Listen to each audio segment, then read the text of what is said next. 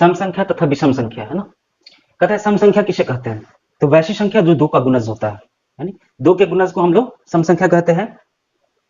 और विषम संख्या किसे कहेंगे, तो वैसा प्राकृत संख्या जो दो का गुणज न हो, है ना।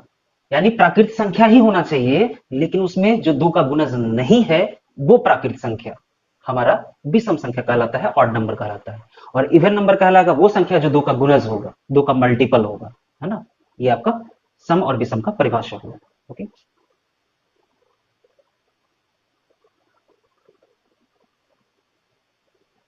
इसके बाद है भाज्य संख्या, कंपोजिट नंबर। वैसी संख्या जिसका दो से ज्यादा गुणनखंड हो उसे भाज्य संख्या कहते हैं। वैसी संख्या जिसका दो से ज्यादा गुणनखंड हो। अब एक एग्जांपल देकर के समझिए, है ना। दो से ज्यादा गुणनखंड वाला कौन कौन सा संख्या है ना। जैसे चार, चार का जो गुणनखंड है उसको ध्यान से देखिए, एक एक होगा, दूसरा तो चार होगा। हमने गुणनखंड में पढ़ा है कि किसी भी संख्या का सबसे छोटा गुणनखंड जो होता है वो एक होता है, और सबसे बड़ा गुणनखंड वो संख्या खुद होता है ना। और इसके बीच में एक दो है जिससे कि चार पूरा पूरा विभाजित होगा। यानी चार का गुणनखंड यहाँ तीन गुणनखंड हो गया, दो से ज्यादा गुणनखंड हो गया, तो चार क्या हो गया, भाज्य संख्या, है ना। वैसे ही आपका छह भी हो जाएगा। छह का जो गुणनखंड है वो छह एक से कटेगा, छह से कटेगा, साथ में दो और तीन दोनों से कटेगा। तो छह का गुणनखंड यहाँ चार गुणनखंड, दो से ज्यादा गुणनखंड है, तो छह क्या होगा, भाज्य संख्या। चार होगा, छह होगा, आठ होगा, है ना, नौ होगा। नौ किससे डिवाइड होगा, नौ एक से और नौ से तो होगा ही, है ना, साथ में तीन से भी होगा, दो से ज्यादा गुणनखंड है। इस तरीके से बहुत सारी संख्याएं होंगी जो कि भाज्य संख्या है। यानी भाज्य संख्या वो संख्या होगा जिसके गुणनखंड की संख्या दो से ज्यादा हो, है ना। ये हो जाता है भाज्य संख्या। तो अभाज्य संख्या क्या होगा, जिसका केवल दो गुणनखंड हो और दोनों भिन्न गुणनखंड हो, अलग अलग गुणनखंड हो, है ना। वैसी संख्या जिसका दो भिन्न गुणनखंड हो या दो अलग अलग गुणनखंड हो, भिन्न दो गुणनखंड अगर रहेगा तो वो अभाज्य संख्या कहलाएगा। जैसे एग्जांपल देकर के समझते हैं। अभाज्य संख्या 17 है, ये एक से डिवाइड होगा, 17 से डिवाइड होगा।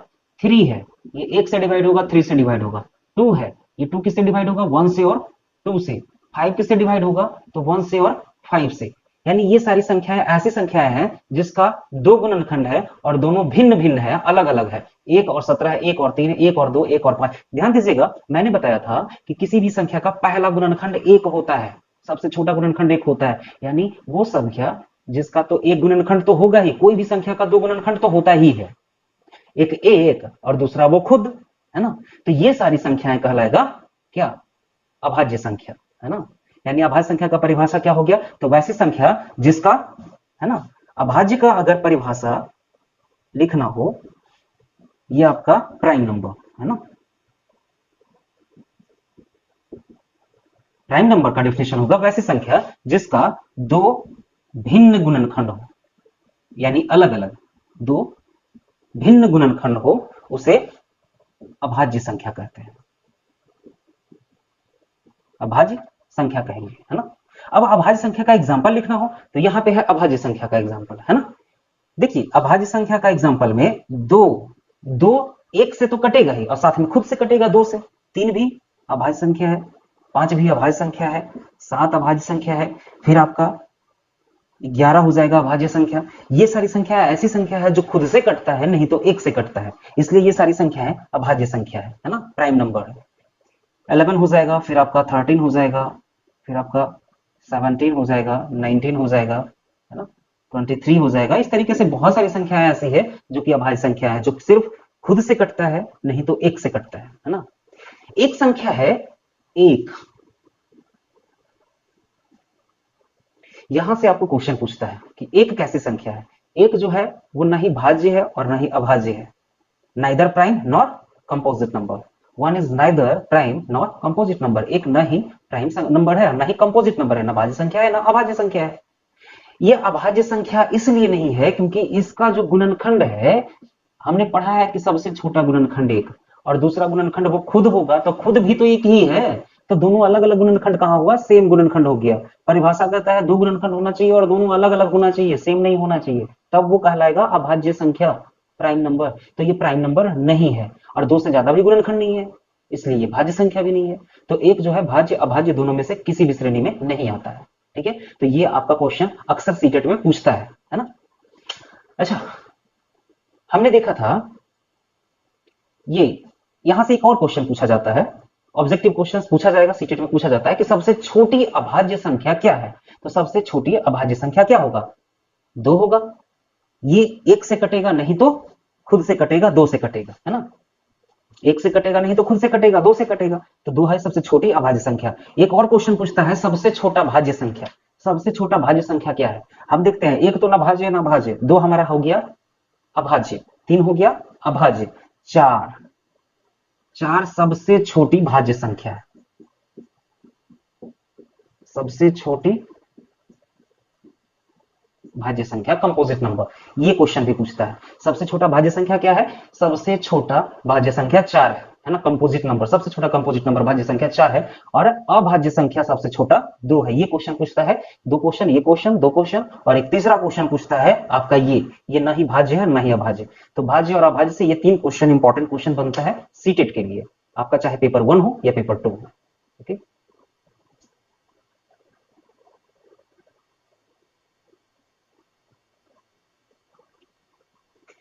आप जब भी किसी भी वीडियो को देखिए या कुछ भी स्टडी करने बैठिए यूट्यूब से, तो आप एक अपना नोट्स जरूर बनाइए। आप जैसे अगर सीटेट का प्रिपरेशन कर रहे हैं तो आप, ऐसा नहीं है कि आप वीडियो देख रहे हैं तो वीडियो से आप सीख गए, लेकिन आपको एग्जाम से पहले, है ना, एग्जाम से 1 दिन 2 दिन पहले आपको एक रिवीजन करना होता है ताकि क्वेश्चन कहीं से छूटे नहीं। तो रिवीजन के लिए आपका एक पर्सनल नोट्स होना बहुत जरूरी होता है। इसलिए जो भी इंपॉर्टेंट बातें होती है उसको आपको अपने नोट्स में जरूर नोट करना चाहिए, है ना। जैसे ये टॉपिक बहुत छोटा सा टॉपिक है ना, प्राइम नंबर और कंपोजिट नंबर, भाज्य और अभाज्य संख्या, लेकिन यहाँ से इंपॉर्टेंट क्वेश्चन बनते हैं, है ना। इंपॉर्टेंट क्वेश्चन जैसे आपको मैंने अभी बताया, है ना, एक जो है जो भाज्य संख्या और अभाज्य संख्या में से कोई भी संख्या नहीं है, ये ना ही भाज्य है ना ही अभाज्य है। दूसरा, सबसे छोटी भाज्य संख्या क्या है? तो 4 है ना। सबसे छोटी भाज्य संख्या 4 है। एक इंपॉर्टेंट क्वेश्चन ये बनेगा कि सबसे छोटा अभाज्य संख्या क्या है? तो 2 है। अब इससे भी ज्यादा, सबसे इन सभी क्वेश्चंस, ये 3 क्वेश्चंस के अलावा एक और सबसे ज्यादा जो इंपॉर्टेंट क्वेश्चन होता है वो ये होता है कि अभाज्य संख्या, ध्यान दीजिएगा, अभाज्य संख्या जो एक और खुद से कटता है ना, एक और खुद से कटता है। आप ध्यान दीजिए कि यहां से ये सभी संख्या जो एक से और खुद से कट रहा है, ये सब विषम संख्या है ना। और ये एक सिंगल संख्या है जो कि सम है। तो आपसे क्वेश्चन पूछेगा वैसा सम संख्या बताएं जो अभाज्य संख्या है ना। ठीक है, ये एक सिंगल ऐसा संख्या है जो कि अभाज्य होने के साथ साथ सम है। बाकी कोई भी अभाज्य संख्या सम नहीं होता, है ना, यही एक सम होता है, बाकी सभी विषम होते हैं। ठीक है, तो ये एक इंपॉर्टेंट क्वेश्चन बन जाता है। एक चीज और है बात करने के लिए कि एक हम लोगों को बुक में पढ़ना होता है एनसीईआरटी में, रूढ़ एवं यौगिक संख्या है। रूढ़ संख्या एवं यौगिक संख्या, रूढ़ किसे कहते हैं या यौगिक किसे कहते हैं, है ना। तो रूढ़ कुछ नहीं, रूढ़ कौन है? अभाज्य ही हमारा रूढ़ है। और यौगिक कंपोजिट नंबर यानी भाज्य संख्या। तो रूढ़ कुछ नहीं है, क्या है? अभाज्य संख्या है। अभाज्य का ही दूसरा नाम रूढ़ है, और यौगिक जो है ये कंपोजिट नंबर है, मीन्स भाज्य संख्या। भाज्य संख्या को यौगिक बोला जाता है और अभाज्य संख्या को रूढ़ संख्या बोला जाता है। ठीक है, तो यहां से भी कंफ्यूजन नहीं होना चाहिए कि रूढ़ पूछ दिया या यौगिक पूछ दिया तो वो तो पढ़ाया नहीं गया या फिर पढ़े नहीं है ना। इससे ज्यादा क्वेश्चन इससे नहीं पूछता है। ठीक है, अब इसके आगे हम पढ़ेंगे, अगर हमने भाज्य और अभाज्य पढ़ लिया तो अभाज्य में भी हम 2 और संख्या पढ़ते हैं, सह अभाज्य संख्या और ट्विन प्राइम, है ना, जुड़वा अभाज्य संख्या। एक सह अभाज्य संख्या, एक जुड़वा अभाज्य संख्या। चलिए इसके आगे हम लोग बाकी के 2 पढ़ते हैं। सह अभाज्य संख्या, को प्राइम नंबर कहता है। को प्राइम नंबर वैसी 2 संख्याएं, यहां पे 2 संख्याओं का पेयर होता है, जोड़ा होता है ना, यानी 2 संख्याओं का वैसा जोड़ा जिसका गुणनखंड जो होता है, उभयनिष्ठ गुणनखंड, कॉमन फैक्टर जो होगा वो सिर्फ और सिर्फ 1 होगा। कॉमन फैक्टर सिर्फ और सिर्फ 1 होगा, उसके अलावा कोई और कॉमन फैक्टर नहीं होगा। वैसी 2 संख्याएं जिसका उभयनिष्ठ गुणनखंड कॉमन फैक्टर केवल 1 हो, केवल 1 हो। 1 हो मतलब 1 हो, 1 के अलावा कोई दूसरा कॉमन फैक्टर नहीं होता है ना। जैसे आप अगर एग्जांपल लेना चाहेंगे तो 1 3, है ना, 1 और 3 ये 2 ऐसी संख्या है जिसका कॉमन फैक्टर जो है 1 है ना। इसके अलावा एक कोई और पेयर लीजिए, है ना, चलिए 2 ले लिए, 5 ले लिए। 2 का गुणनखंड जो है 1 और 2 है, 5 का गुणनखंड 1 और 5 है, दोनों का कॉमन फैक्टर देखिए तो सिर्फ 1 है ना। एक हम ले लेते हैं 6 और 7, है ना। 6 का अगर देखिए 6 का गुणनखंड कौन कौन है, 6 का गुणनखंड 1 है, 2 है, 3 है, 6 है। 7 का गुणनखंड जो है 1 है और 7 है। अगर कॉमन फैक्टर की बात करें, उभयनिष्ठ गुणनखंड की बात करें, तो देखिए दोनों में उभयनिष्ठ कॉमन सिर्फ 1 है, इसके अलावा कोई भी कॉमन नहीं है। तो कहता है वैसी दो संख्याएं। अब यहां ध्यान देने वाली बात है कि दो संख्या की जो बात कर रही है वो दोनों संख्याएं कैसा होना चाहिए वैसा जिक्र यहां नहीं हुआ है। दो संख्या होना चाहिए, नाम यहाँ पे अभाज्य संख्या है, लेकिन ऐसा कोई कंडीशन नहीं होता है कि वो दोनों संख्या भाज्य हो या अभाज्य हो, वैसा कोई कंडीशन नहीं होता। यहाँ पे ध्यान से देखा जाए तो 6 जो है यहाँ तो अभाज्य है, सह अभाज्य, लेकिन यहाँ अभाज्य संख्या 6 नहीं है ना। 6 अभाज्य संख्या नहीं है, फिर भी 6 और 7 का जो जोड़ा है, पेयर है, वो हमारा सह अभाज्य संख्या है, क्योंकि 6 और 7 के बीच जो कॉमन फैक्टर है वो कॉमन फैक्टर सिर्फ और सिर्फ 1 है, इसके अलावा कोई भी नहीं है ना। ऐसा एग्जांपल आप और भी ले सकते हैं, जैसे 12 है ना और 11, 11 और 12 है ना, 12 और 17 है ना। इन दोनों के बीच उभयनिष्ठ गुणनखंड जो है वो कॉमन फैक्टर जो मिलेगा वो सिर्फ और सिर्फ 1 मिलेगा, है ना। तो ये सारी पेयर भी क्या है, सह अभाज्य संख्या है। इसमें कोई जरूरी नहीं कि भी इसमें कॉमन फैक्टर जिसका ले रहे हैं वो कोई जरूरी नहीं कि ये नाम सह अभाज्य है तो अभाज्य ही लेंगे, ऐसा नहीं है, भाज्य भी ले सकते हैं। बस हमें ध्यान ये देना है कि दोनों संख्या में कॉमन फैक्टर 1 के अलावा दूसरा कोई और संख्या नहीं होना चाहिए, है ना। ये हो गया हमारा सह अभाज्य संख्या। अब है ट्विन प्राइम नंबर, है ना। ट्विन प्राइम नंबर मींस जुड़वा अभाज्य संख्या। अब यहाँ पे कहता है जुड़वा अभाज्य संख्या में कि वैसी दो अभाज्य संख्या, यानी यहाँ पे पहले ही बोल दिया परिभाषा में कि दोनों क्या होना चाहिए, अभाज्य ही होना चाहिए, है ना। यानी वैसी दो अभाज्य संख्या जिसके बीच में डिफरेंस जो होगा वो 2 का होगा, डिफरेंस 2 का होगा, जो अंतर होगा दोनों के बीच वो 2 का अंतर होना चाहिए, और दोनों अभाज्य संख्या ही लेना है ना। अगर इसके एग्जाम्पल की बात करें तो ध्यान से देखिए, अभाज्य संख्या एक 3 और 5 दोनों अभाज्य संख्या है, और दोनों के बीच में गैप जो है, डिफरेंस जो है वो 2 का है ना। अगर और ऐसा पेयर लेना चाहेंगे तो मिलेगा 5 एंड 7 का, है ना, ऐसा मिलेगा। नेक्स्ट जो मिलेगा 11 एंड 13 का, ये दोनों पेयर है, जोड़ा है, अभाज्य संख्या का दोनों जोड़ा है ना। दोनों अभाज्य संख्या और साथ में दोनों के बीच अंतर भी 2 का है, यानी दोनों अभाज्य भी होना चाहिए और अंतर 2 का होना चाहिए, है ना। ऐसा नहीं कि 7 और 11 ले लिए, ये दोनों अभाज्य है, ये दोनों अभाज्य है, लेकिन दोनों अभाज्य है बट ये ट्विन प्राइम नहीं है सर, है ना। ट्विन प्राइम में जुड़वा अभाज्य नहीं है, क्यों, क्योंकि दोनों के बीच में गैप जो है वो 2 का नहीं है ना, इसलिए ये नहीं होगा। ठीक है, 11 13 हो जाएगा, है ना, दोनों के बीच गैप या डिफरेंस का है तो 2 का है, इसलिए ये ट्विन प्राइम है। इसके बाद अगर आप देखोगे तो 17 एंड 19 है ना। तो ऐसा बहुत सारा पेयर मिलेगा जिसमें गैप कितने का होगा, 2 का, डिफरेंस 2 का होगा, और दोनों का दोनों प्राइम नंबर होना चाहिए, है ना। तो वो प्राइम नंबर, वो दो प्राइम नंबर जिसके बीच 2 का डिफरेंस हो, 2 का अंतर हो, उसे हम ट्विन प्राइम बोलते हैं, जुड़वा अभाज्य संख्या बोलते हैं, है ना।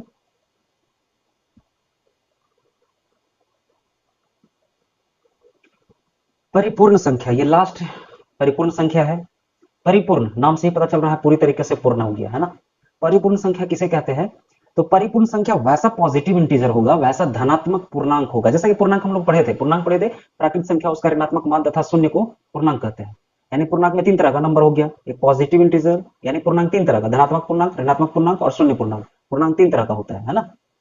तो धनात्मक पूर्णांक की बात कर रहा है, तो धनात्मक पूर्णांक का मतलब होता है प्राकृत संख्या, है ना। प्राकृत संख्या को ही धनात्मक पूर्णांक बोलते हैं, है ना।